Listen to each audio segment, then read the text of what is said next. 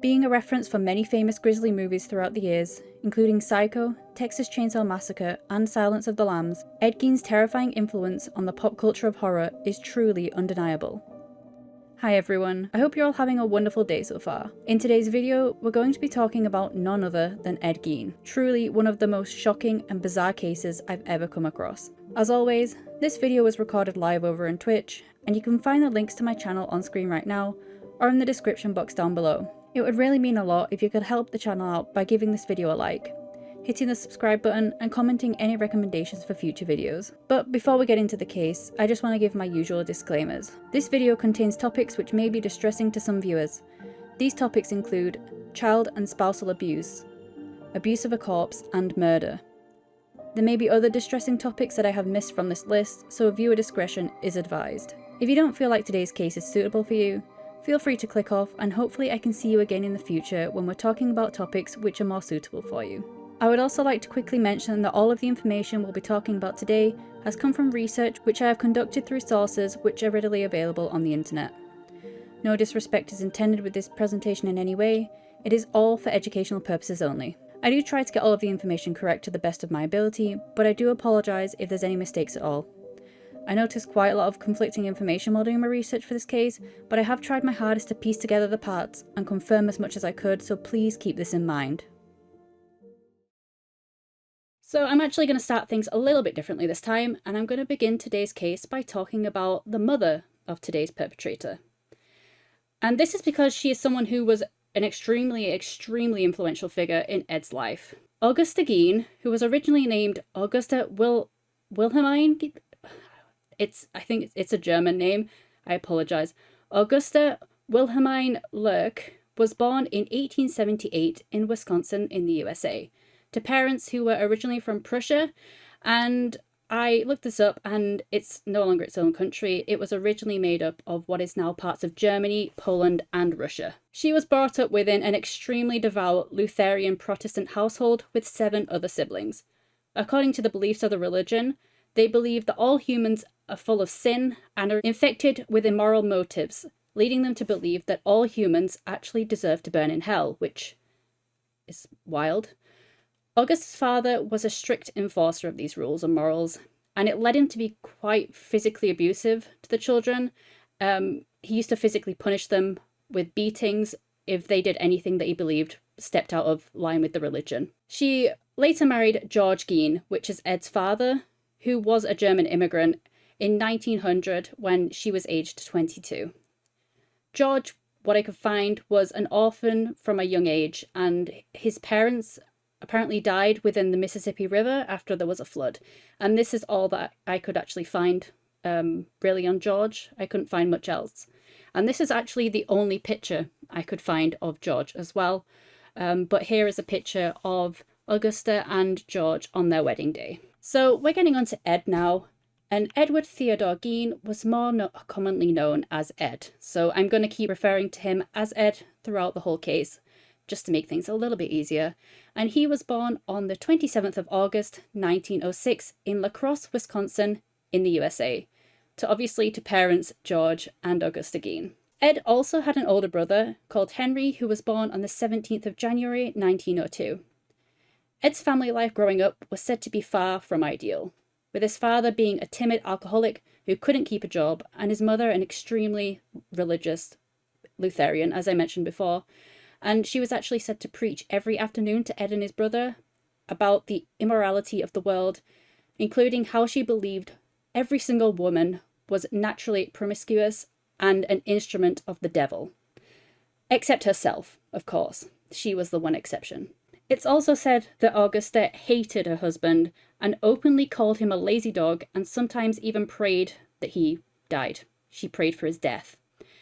And this verbal abuse often got to the point where George completely withdrew into himself, refusing to speak at all. And of course, this didn't stop him from physically abusing his children. He often got very drunk, came home, and then beat them in a drunken rage. And he was also said to beat Augusta as well whilst he was drunk. That's apparently the only time he had any sort of ability to stand up to her. I don't want to say stand up to her, but that's what some of the sources said, because she was so verbally abusive to him and he was so shy and timid and withdrawn. The only times he would, as the sources say, stand up to her was when he was in drunken rage. And then obviously he would beat her as well, and this is when she would pray for him to die. So yeah, it's not a very great home life for any of them. She was also often verbally abusive to her sons as well. But despite this, Ed was said to really look up to and idolize his mother, and he saw her as his best and only friend. And of course, here is a picture that I found of Ed as a young boy. I'm not sure what age he was here. And this is actually the only picture that I could find of Ed when he was younger that I could kind of pinpoint as actually being him. In approximately 1915, the family moved to live in complete isolation on a large farm. Some say it was 155 acres, whereas other sources say it was close to 200 acres, but either way, it's a big farm. It's a really, really big farm. And this was in the town of Plainfield, Wisconsin, after George sold the family-owned meat and grocery store, which he had bought in 1909. So they had this grocery store, and they decided they wanted to live in complete isolation. So they sold the store and bought this huge farm with the money from it. The brothers Ed and Henry only left the farm to attend school, which was the Rocher Cree Grade School, and Ed began to attend this when he was 8 years old. The brothers were only allowed by their mother to attend school because it was the law. If it wasn't the law, I don't think that they would have even gone to school. So this was the only really communication they had with people from outside of their family. And any other time that they weren't at school, they had to do farm chores. So as soon as they got back, they were working on the farm. They couldn't do anything else. Ed was said to have tried to make some friends at school on several occasions. And he did this by watching how they acted with each other and copying their behaviors, because obviously with how he was growing up, he wasn't very well versed with human interactions. So he said to actually watch how these kids interacted with each other and copy their mannerisms, because that's the only way he knew how.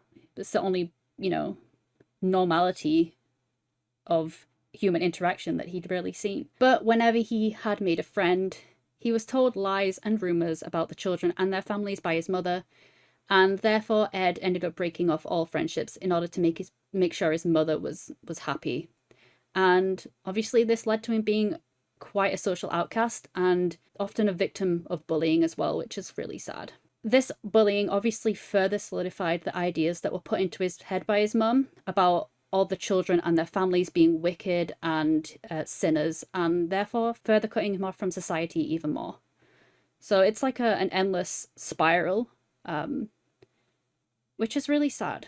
It's sad that he did go through this as a kid, and maybe this didn't happen. Maybe the things that went on later on wouldn't have happened. You never know. But here is a picture of the family farmhouse that they bought. It looks pretty big.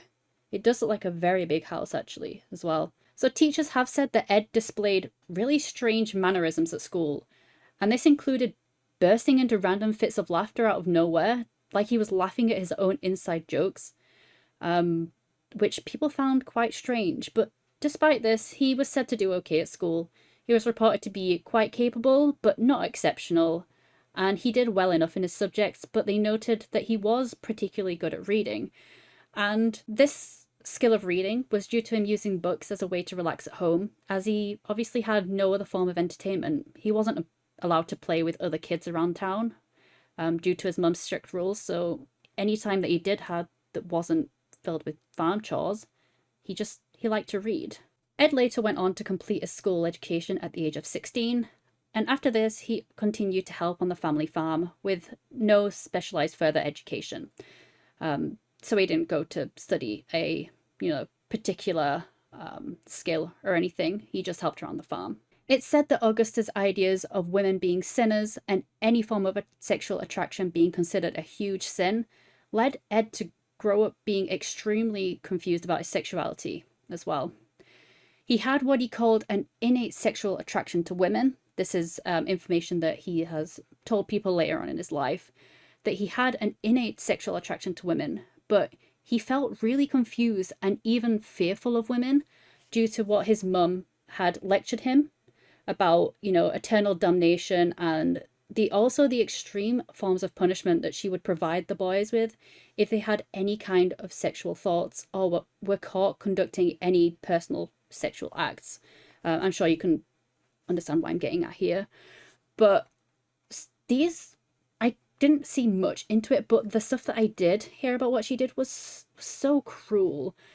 And one of these punishments was said to include pouring boiling water over the boys. Apparently, she would sit them in the bathtub and pour boiling water on them, which is awful. Obviously, because of what he had been told about women, Ed was determined to remain a virgin throughout his whole life. And this was also said to be so he could show devotion to his mother and her beliefs. On the 1st of April 1940, Ed's father, George Gein, passed away at the age of 66 due to heart failure.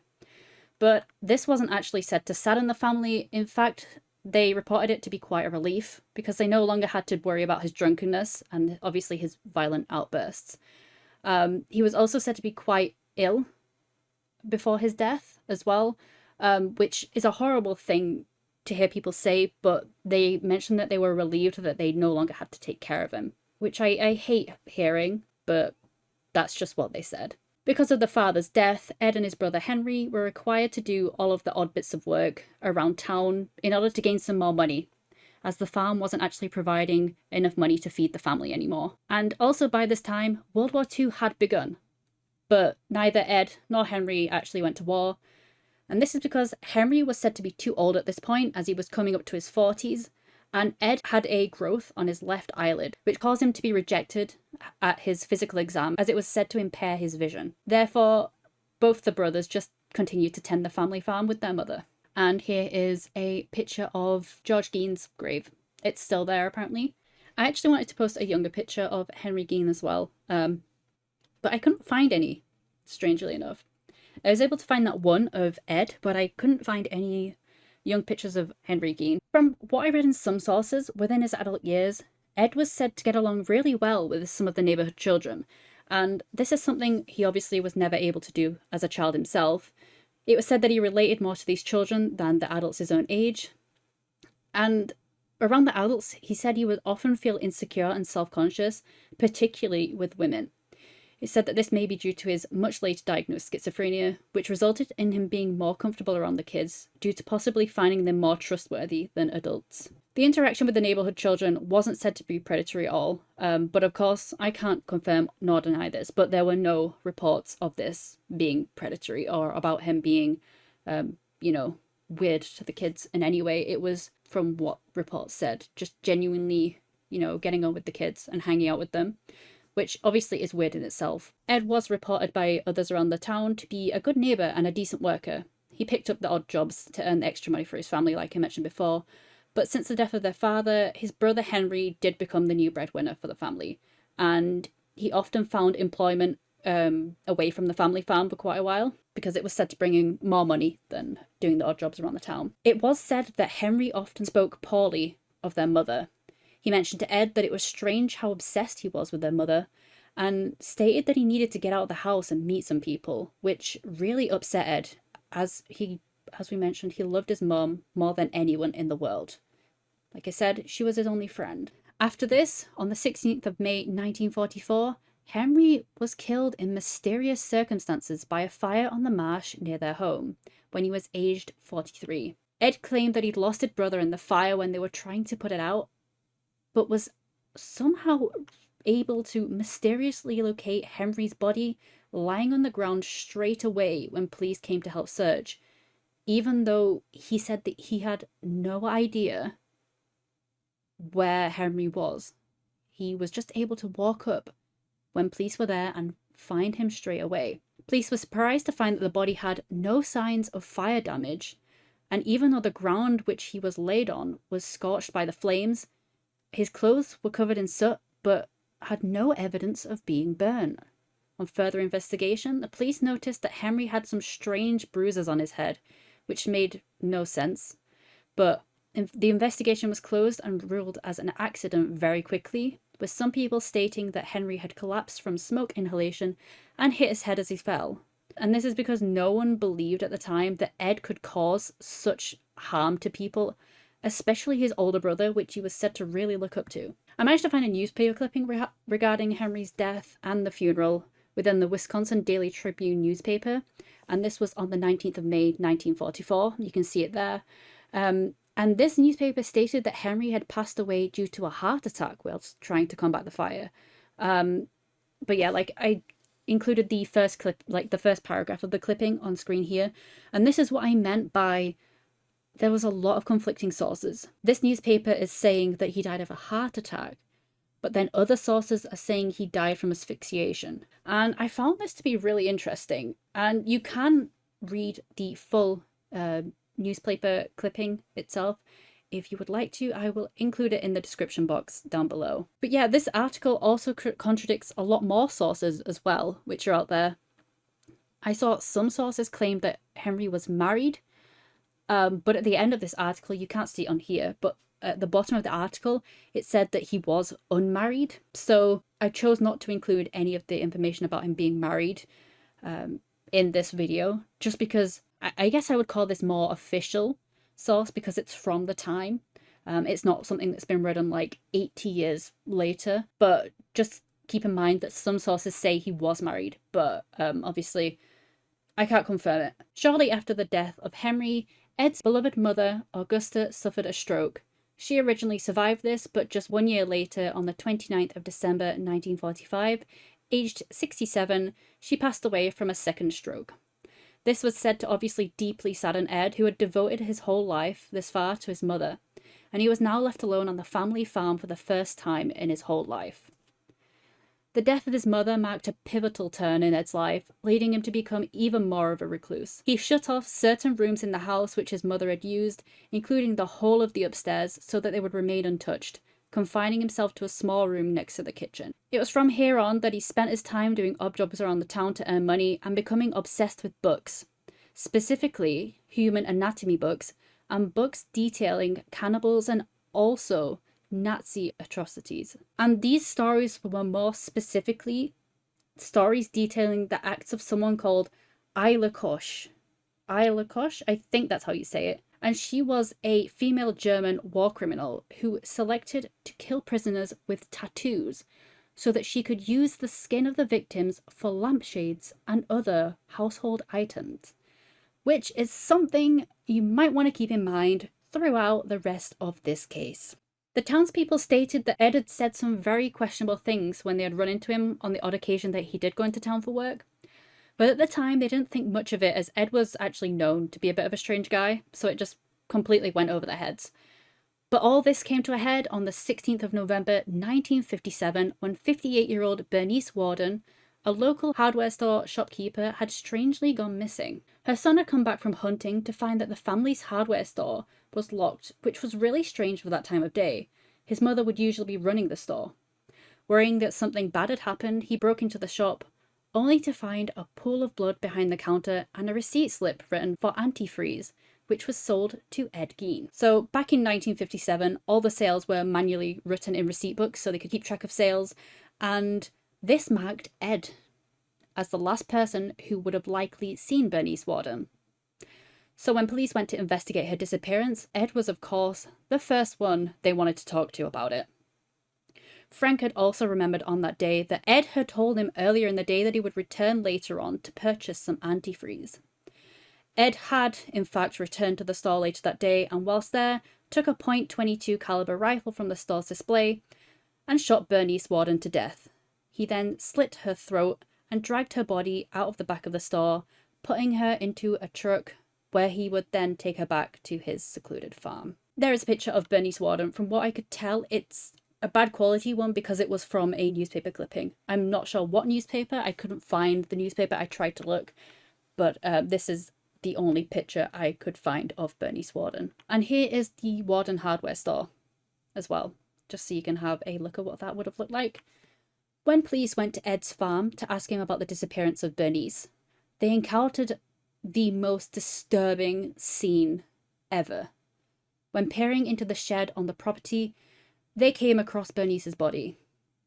And just prepare yourselves because it is truly horrific. I just want to say as well, you can find the pictures of this. I advise you, do not go and look. Do not do it.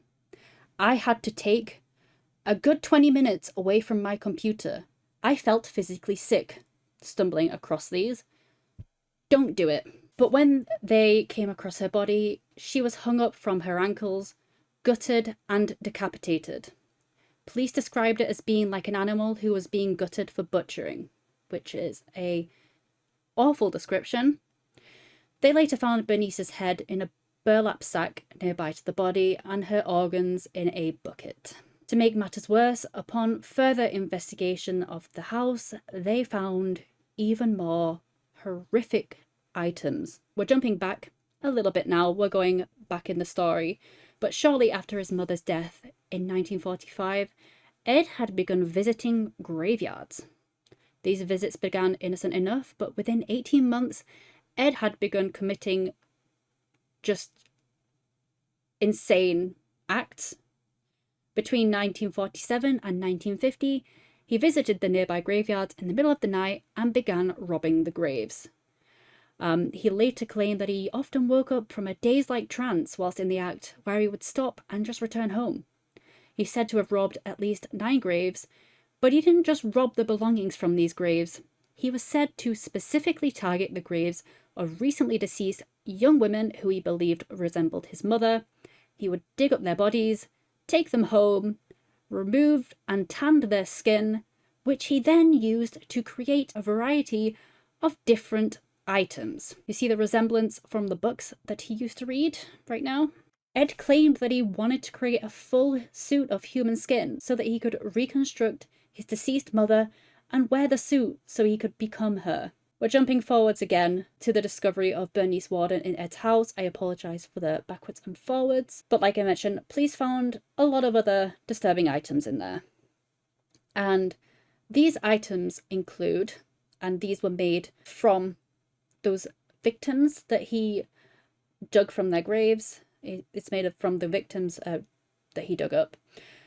These items include things such as 5 human heads wrapped in plastic bags, 4 skulls, some with the tops cut off and turned into cups or bowls, 10 death masks, which I researched and found is a mask made of human facial skin and hair, and some of them were even said to have makeup applied to them.